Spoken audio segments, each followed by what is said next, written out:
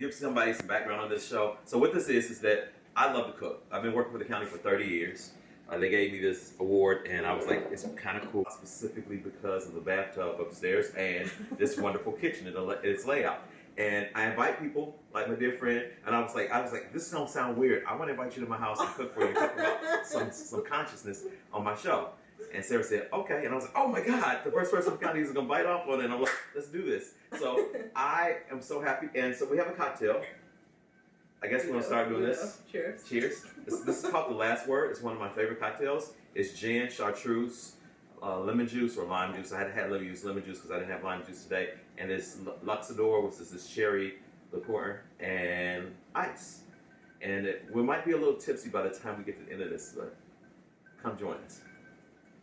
That's good. I like it.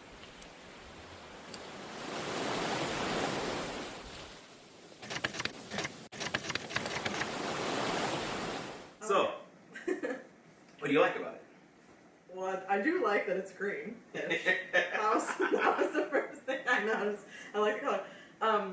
But it's like, it's not fruity to me, but it's still sweet. Yeah. But not like... It's herbal too. Yeah, like it doesn't taste like fruit juice, which yes. is good, you know? Yes.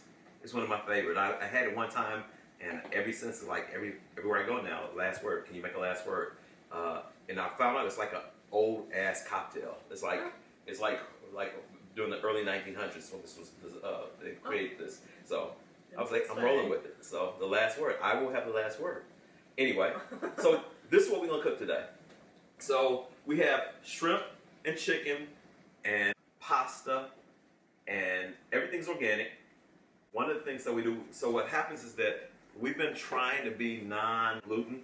So this pasta is actually made out of corn and quinoa. Okay, we have quinoa pasta and a salad with pumpkin, goat cheese, because we don't eat cow cheese anymore, because one of the things I'm finding out is that cow cheese is really hard on the body, so we've switched over to either sheep or goat.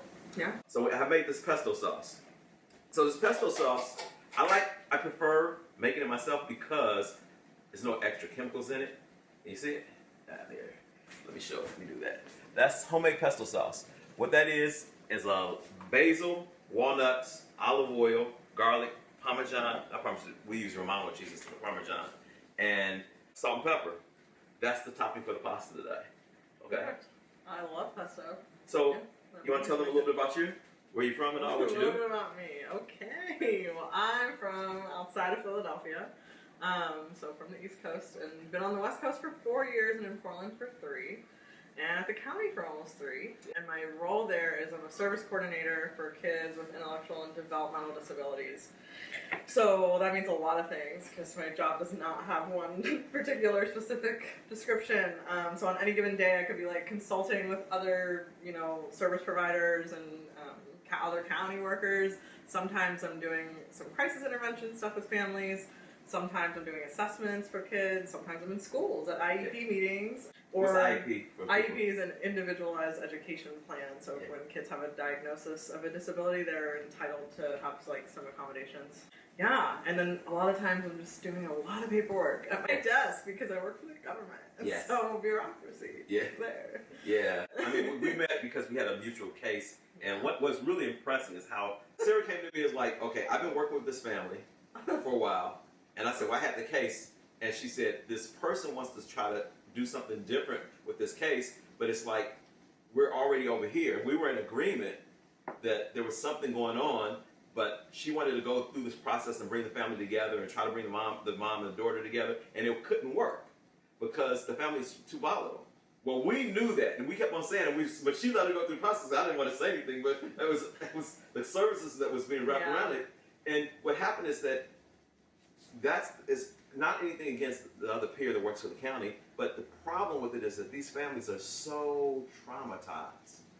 So traumatized. Yeah, like coming to any of our buildings or like seeing our badge, like any of that. Or you showing up at their house. Yeah, all of that in itself is just like trauma stacking, to me. So, yeah, and that was an interesting situation. It was also a prime example of like how our systems totally fail. Because in order to get this kid other services that I felt like were more appropriate, I actually had to let them fail through that service that we had done, which really, you know, we knew it wasn't going to go well, but I had to prove that that wasn't going to work before I could get something else. So it happens. Yeah.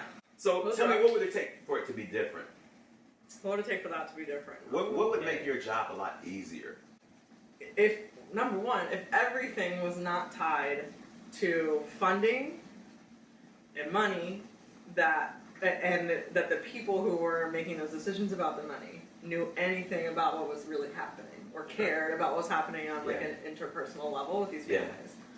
So I'd say that is number one. Like the bureaucracy and relationship with money and social work would have to totally like 180. Yeah.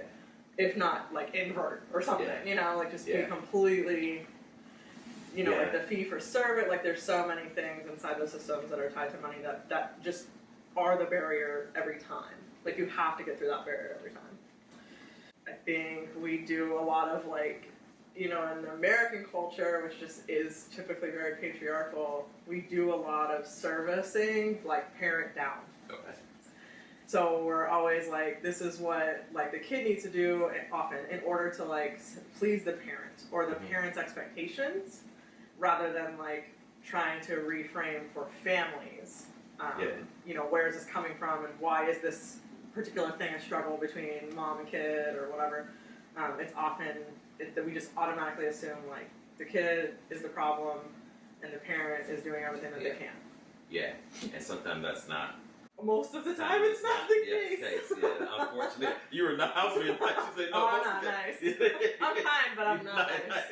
Yeah, I mean that's one of the things that I would like. That I struggle with in the 30 years of being with the county is that they like working in a box, and unfortunately, those individuals make a decision sometimes. They've been so far from the field, and some of them were really far. In my case, some of the people in management were really good JCCs when they were in the field. Sure. But if you haven't been in the field for 20 years. 15 years, you really shouldn't be making decisions because you've lost your grip with that. You can make decisions with something else, but not that. And even the managers. So a lot of times, my frustration with the mutual family we were working with is that they wouldn't allow me to do more, even though I knew what was needed because of the bureaucracy. Right. And they were not. And so for me, I always had it like when I always talk about consciousness. When families come to my office, even I knew. When this person came off is that this individual wanted to write a book report and read a book. I knew that was going to be impossible because the ability was just wasn't there. No, the ability wasn't there. And before I knew you when you said that, I was like, oh, yeah, right. Yeah. And so, but giving a young person the chance to really start to try to have them look at things a little bit different is a benefit, but there has to be more service in line for that to happen. And we felt miserable because no one wants to do things outside the box. Yeah. Because they say, oh, how will I build for this in our system? How will I write a note about this that looks like I didn't go outside of the scope of my work? What happens when we get audited? What happens, you know? And then there's also like this, you know, it's like a weird equity question, right? So it's like if I do this for this kid, that like we're in our bureaucracy and the mindset that like equity means that if we do that for that kid, we have to do it for every other kid. But that's not what it means. It means that this is what this kid needed, and so we can do that thing for this kid and a different thing for a different kid, and it's fine. Right. But like that's not the model that exists in our hierarchies. That's crazy. Yeah. Were you ready to get cooking? It's pear pecan salad with goat cheese with pecan dressing. And then we'll have pesto pasta, chicken and shrimp pesto pasta. And everything's made from scratch, like I said. Everything's organic or wild. Okay, I use wild shrimp because I don't want a bunch of chemicals. The ocean's already polluted enough. I don't want, I want you to spray paint my shrimp to make them look like they were supposed to look. So I buy wild. Organic chicken. I love buying organic chicken because it really tastes like chicken. So we buy organic chicken. And to thicken my sauce, I actually found this Better Than Bouillon company, and they make chicken, they make clam, they make lobster, and it changes everything. So when I do this, I'm going to show you something I'm going to do with some of the water from the pasta and this garlic base. It actually going to give it another kick. So I'm ready. You ready? You ready? I'm ready. Let's get ready to eat. Okay, so a while back, me being who I am, I am cooking on the new way. Okay, the new way. This one uses infrared to actually cook the food, and it actually cooks more even, and it doesn't make as much of a mess. That's how I like using this. So, like right now, you can see my pot over there is about to explode once I put the pasta in there. Let's do that now so we have things ready. I'm sorry, it's pasta. So we're gonna pour this pasta in here. It's 2 cups of pasta. Let me grab this. You stir it around. There's salt and oil in this. So I'll put this back down. I turn on the timer. I need about 7 minutes. And be ready. Now, wait for this butter to go bubbly, bubbly, bubbly. So, what do you like about Portland since you moved here from back east? I definitely like the climate. I like the climate of the Pacific Northwest. I could do without the constant raining, but I appreciate not having like snowstorms and not having to navigate that. And like having a beautiful spring and summer. On the East Coast we have like really extreme seasons for all of them. So it's like in the summer it's like as though you're in the South. It's like super humid, super hot. Like it's just more temperate here. I think that feels better to me. Portland, oh man, Portland to me feels like it actually feels like a small town. It really doesn't feel like a city. Right. And it always felt like that, even when I first moved here, you know? And I think I like that. I think there's a part of me that, like, would prefer to be in a bigger city. I really miss Philadelphia a lot. But I think the city's, like, kind of, it's pretty easy to navigate. And it's given me, like, I've met a lot of interesting people here. And it's been a lot of interesting experiences that I feel are in some ways tied to, like, just this region, you know, there's different like energies in different regions of the US, world and of the U.S. I'm like, well, I don't know because I have not looked at that map, but whatever is happening here is just different. You know, it's just like a different vibe. I think there's a lot of room here for people to like explore who they are and to be who they are, but there's also with that, there's also I don't know. Sometimes I get this vibe of like overreaching. You know, and there's some things about Portland that I'm like, that's great, and also like the converse of it, I don't know if it like fits me perfectly well, but it's definitely challenged me to figure out more of like I think I am, like it's illuminated more of what my real personality is. I think like just being in a place that I don't really feel like I fit into well, which has been interesting actually. You haven't felt like you fit in here? I don't. No. What makes you not fit in? It's been a hard transition living here, and I still feel like I experience that every day. And I think some of it is that, like, people here are very passive. Like, there's this very passive and passive aggressive attitude around. And I'm just not used to that. Like when I moved to, you know, like we order food differently. Right. And these, you know, like you just tell someone what you want. Okay. You just say like, I want this. I don't want that on it. Do not put that on it. And that's how I want it cooked. And then like that's it. And that to people here, I think, is like it's really harsh. Like I get a reaction from people that are like, ooh, like they think I'm mean. In fact, when I work with my clients, I realize I know somebody like that. When I work with you guys can't see her; she's going on the phone. It's like, yeah, but when I work with clients or like when I'm meeting new people and I find out like I'm like, oh, where are you from? And they say here, I notice that I definitely talk slower to people. And when I'm in people's houses, like doing my work, I totally talk differently and slower because, and then like if my friends or my family call me, and I'm really speaking how I really talk, I'm really loud and I'm talking quickly and it's very sarcastic. And I found that people who are from the Pacific Northwest like cannot follow that, or they just perceive it as like rude. So I had to dial back. so in some ways. But you don't feel wrongness in that? Do you feel like you're wrong? Oh, no, not at all. Okay. I feel like the environment here is just, that's what the environment is. That's what makes, you know, people are comfortable in that here, and I just challenge that by just existing sometimes. And I'm okay with it. I'm okay with that. It's not your job to make somebody aware. No, it is not. Yeah. That's their choice. They gotta figure that out on their own. That and the way people drive here. Oh my God. Those are my two biggest pet peeves about living. Tell me more about people drive.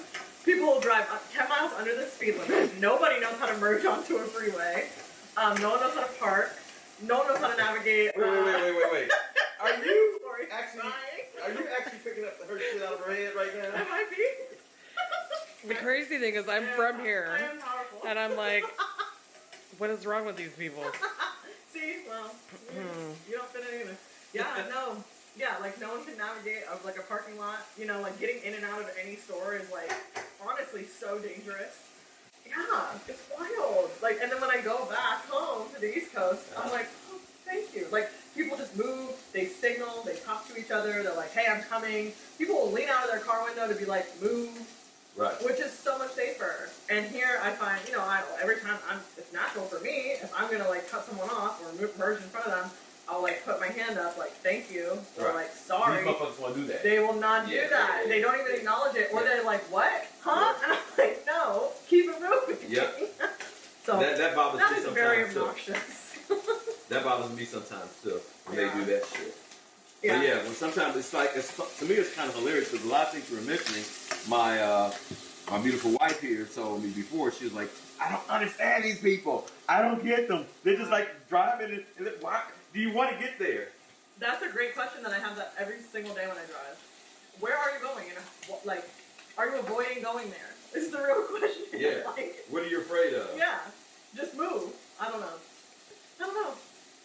There's a lot of that. That's crazy. Yeah. It's that and that this is absolutely the least like culturally diverse place I've ever existed in, and that has been really Tell me more about that. uncomfortable for me. Tell me more about that. Well, I grew up in what would be a really small town if it weren't for a Big Ten school being there, and because of that, there was a lot of like cultural representation. But without it, it would have absolutely been very white, very suburban, and mostly rural, honestly. But I grew up like all my childhood. I had friends who all had like different belief systems than I did, who looked differently than I did, who ate different food than I did, and that was Pretty cool. great. And I had parents who also thought that was great. So, you know, those people were always welcome in our home, and they, you know, no questions were asked, and it was fine. And I certainly had friends growing up that their parents, I don't think, operated the same way that mine did, but we just were open like that and had lots of, you know, different influences in our lives. And my dad worked in theater, so Oh, your dad worked in theater. my dad worked in theater too, so there were always like queer people in our life. Like, there were just lots of general diversity, like, you know, gender identity, like all those things were sort of like represented around me. And to me, that felt like healthy and normal to like exist with people that didn't all think and look the same way that I did. And then I lived in, you know, Philadelphia after that, and Philadelphia is super culturally diverse, and I loved that. It was great, like just people that influence and just watching people get along, and like learn each other's values and cultures was like exciting to me. And again, like it just feels healthy, and it makes me feel like that's like the epitome of existence, right? Like we don't need to exist in these like subcategories. Yeah. That doesn't feel good to me. So then, you know, I moved here. And like Portland is very segregated. It's like still a segregated city. And when I like try to explain that to people who've never been here, they don't believe me. And I'm like, come here. Yeah, You'll see. Yeah. Yeah. I try to explain to people like if it's not somebody that I work with or someone that's my personal friend, I could go a whole day without interacting with a person of color. Yep. Easily. So I'm gonna tell you something that happened. So it's kind of funny. My brother's friends, actually two of my friends, Drew, came out here and they took a train across America because they started off on the East Coast and went back home to Chicago and then LA. They did the strip. And so when they got here, they called me and they were like, "Where are you, man?" I was like, "I'm at work." They were like, "What do you mean you're at work?" I was like, "I'm at work. You guys know I was at work. I can't get you." He said, "Is this a real city?" I'm like, and then what they were saying is that they left the train station and walked over to their hotel, and they didn't see nobody black. And they're like, "What is?" They say, "What city is this?" Because it must be a town. Yes. It can't be a city. Yes. Yes, but Portland is designed like that, though. Yeah. Because my job moved all the people that are in the numbers. They caught the numbers, everything on the other side of 82nd. Right. My job moved everybody to the numbers out in Gresham or, you know, after 122nd Street. Right, but that wasn't that long ago either. No, that happened in the 30 years we've been working in the county. We're back. Cocktails, good stories. The chicken is now completed. We're going to do the shrimp. Once we complete the shrimp, we put the shrimp back in there. We put everything back in. But yeah, Portland is Portland. I'm like way like trying to force people to see things different. I remember I had a discussion with you before with that. I'm not doing that. And at the same time, I'm not interested in doing any limitation separation for people too. Yeah. A lot of people want to have a talk about diversity stuff, but then they want to do separation, and I'm just not into that right now. That's not my flavor. It's just like, you know, that's what this system is designed for us to do stuff like Right. that. What would it be like not to do that? What would it be like to do just the opposite? To just do it all together. Yeah.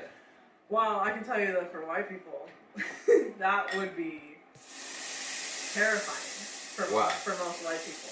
Tell me more. To have to be in the same space as black people. Because I'll tell you this, so at the county, you are a part of Employees of Color, Yeah. the Employee Resource Group. Yeah. So para, Yeah. like practitioners Yeah, and yeah, heritage yeah. talent, is like for white people, Yeah. right? It's for white people who like want to understand equity and diversity and like want to understand their own racism and explore that, right? And so I haven't done a ton with them, but I'm in it or whatever. And people, so that space is white people. Occasionally there are people who are biracial who show up there because that's how they feel like they want to show up. Whatever. Right. But it's majority white people, majority white women. Right.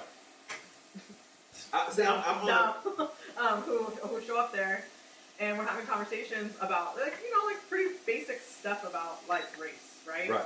And understanding like how do white people become racist? Like we're living in it at all times from birth, Right. before we're born, actually, Yes. like in the hospital. Our mothers are treated differently, so.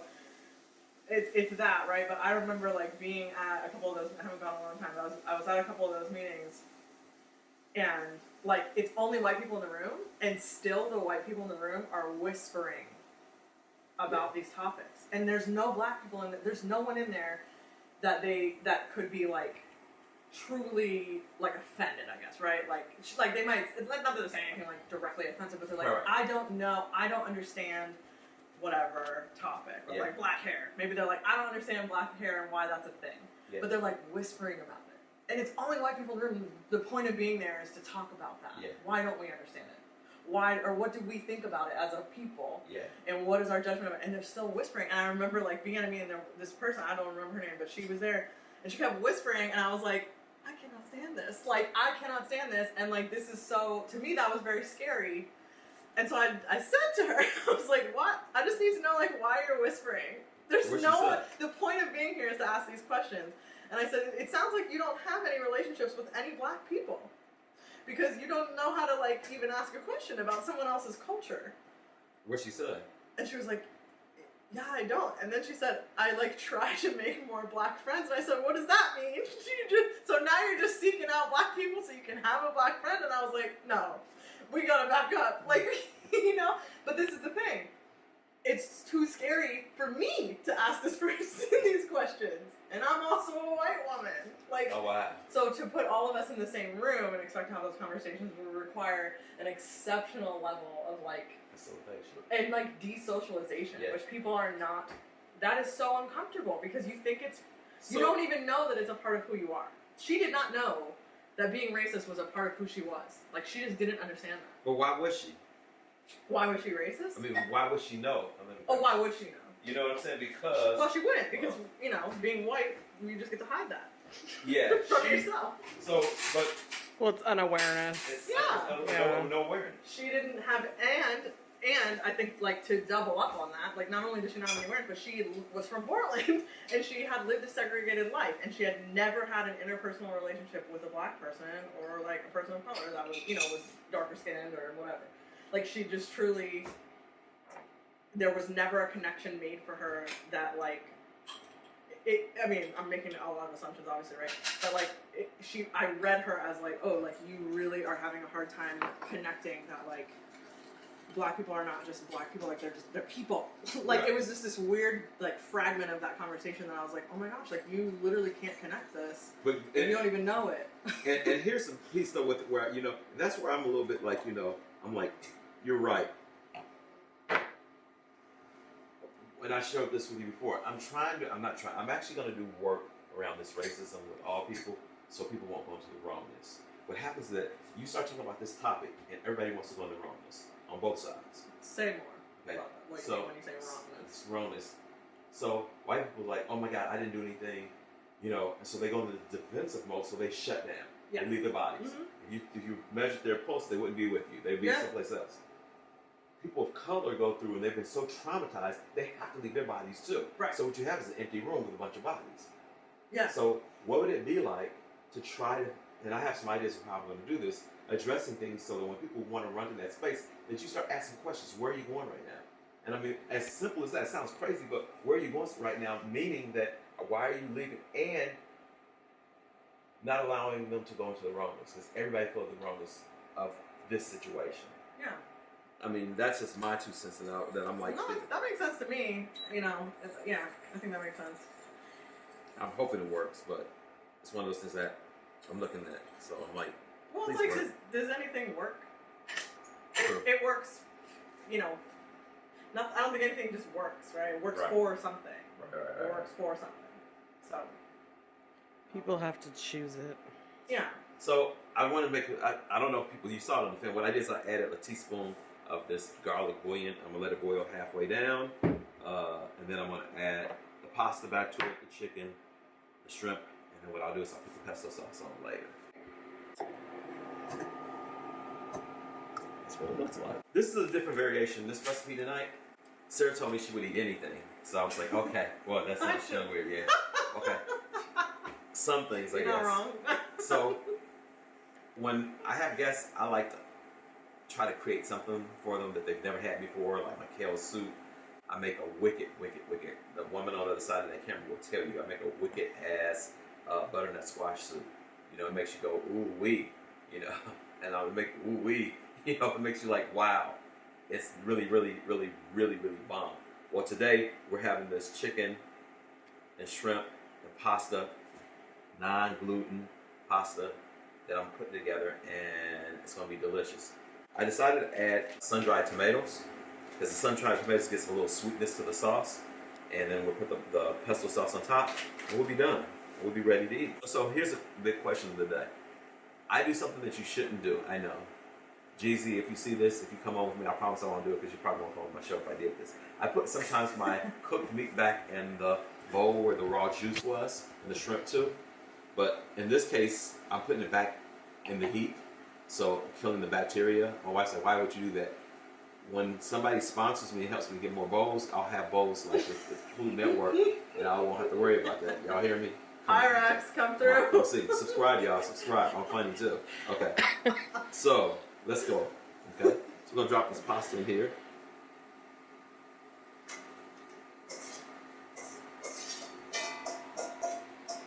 And what I do with the pasta, I actually add butter to my pastas. And the reason that I do that is that it allows the sauce to stick better to the pasta. And I saw that on the Food Network, and I used it, and I tried it, and it's like, it's true. I'll give this a little flavor. What are you talking about, flavor? I just said flavor. So, You think he would like this? Flavor. Yeah, didn't he just get fired today? Somebody told me he just got fired. Yeah, he's like, he don't know what time it is. Oh my gosh. You don't know what time it is. He got into. I heard from a good source that he got into it with Chuck D. Chuck D told him he was fired. Ouch. That's kind of salty. Best of luck. Yeah, I don't know what he gonna do now. So I'm just throwing this together. So what happens? Put cheese in there. Take this. Stir this up like that. So you can see the walnuts. I prefer walnuts. It actually calls for pine nuts. But I prefer organic walnuts. More stuff for the brains. We can talk about that later. There's certain oils in walnuts that actually will benefit the thought process and help individuals prevent brain diseases like dementia. So I use walnuts.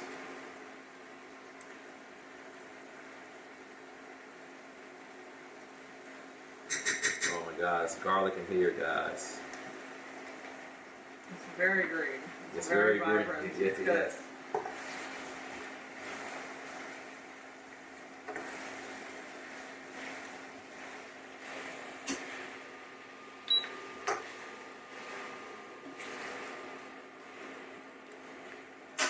Ready. It's time to eat, y'all. It's beautiful. I can't wait. I hope you enjoy it. I'm just trying to make sure that here it is. I'll test it just to double check.